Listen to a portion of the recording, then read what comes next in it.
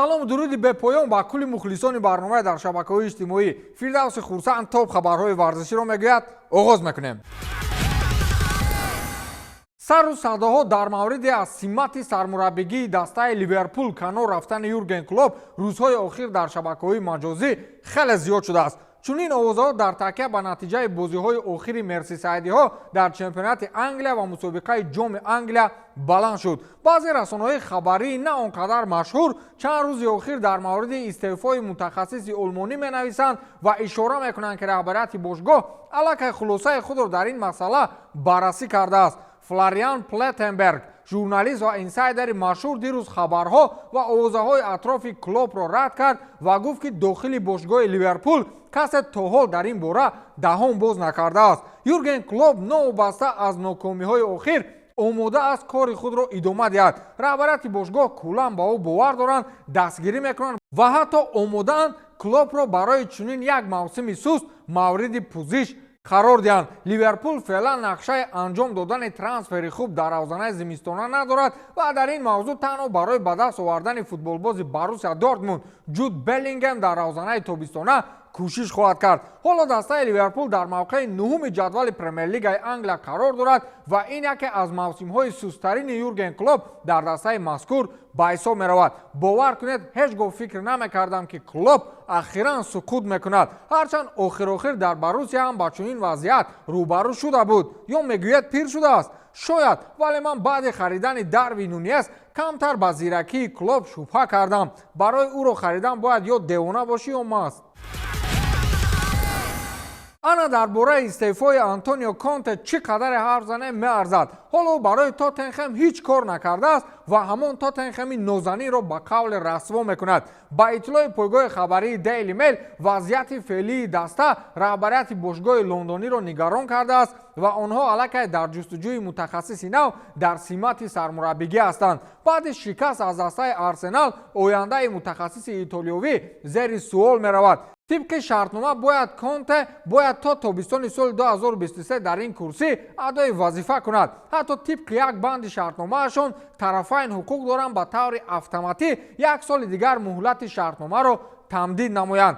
аммо бошгоҳ ба хулосае омад ки аз баҳри тамдиди як соли дигар мегузарад ва ҳамкориро бо Антонио қатъ месозад. инам дар ҳоле сурат мегирад ки агар вазъият то охири мавсим тағйир наёбад. феълан дастаи Тоттенхем дар мавқеи панҷуми ҷадвал қарор дорад, вале далели ба Конте такя накардани раҳбарият ин аст ки даста дар 9 бозии охир дар 5-8 ба шикаст дучор гардид. воқеан вазъи феълии дастаи Тоттенхем нигаронкунанда аст, вале ман фикр мекунам ҳар ҳафта иваз кардани сармураббӣ мушкилоти ин бошгоҳро аз байн намебарад. ба ин даста футболбозони нав лозим аст. ба иваз кардани боғбон дарахти себ анор ҳосил намекунад.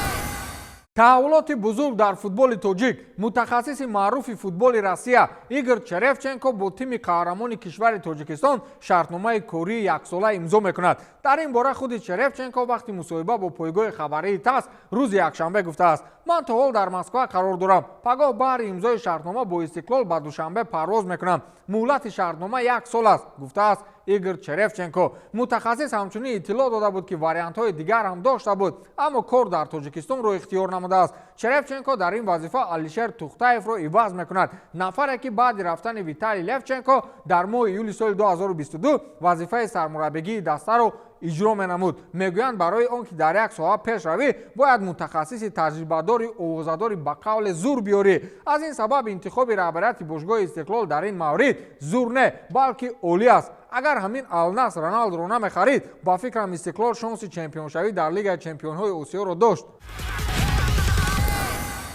Криштиану Роналду рӯзи 19 декабр муқобили ПСЖ ва рӯбарӯи ҳарифи азалиаш Лионел Месси бо дастбанди капитанӣ ба майдон мебарояд. чӣ хеле гуфтем рӯзи 19 январ дастаи ПСЖ ба Арабистони Саудӣ барои баргузор кардани бозии рафиқона бо дастаи якачини иборат аз бозингарони ду дастаи машҳури шаҳри Ал-Риёз النصر و الهلال سفربر میشود.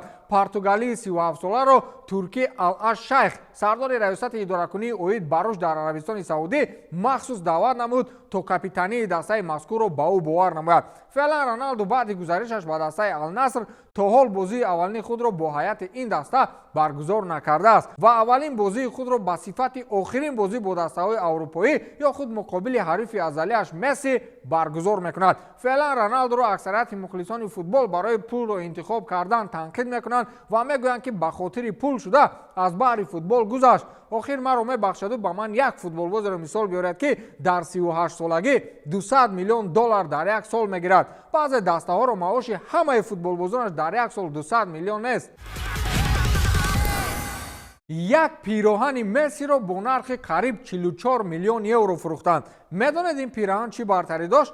همین قدر که مسی یک مرتبه همه را پوشیده به میدان در آمده است. پیراهن‌های ما را زن‌هامون برای تیره‌زنی استفاده می‌برند.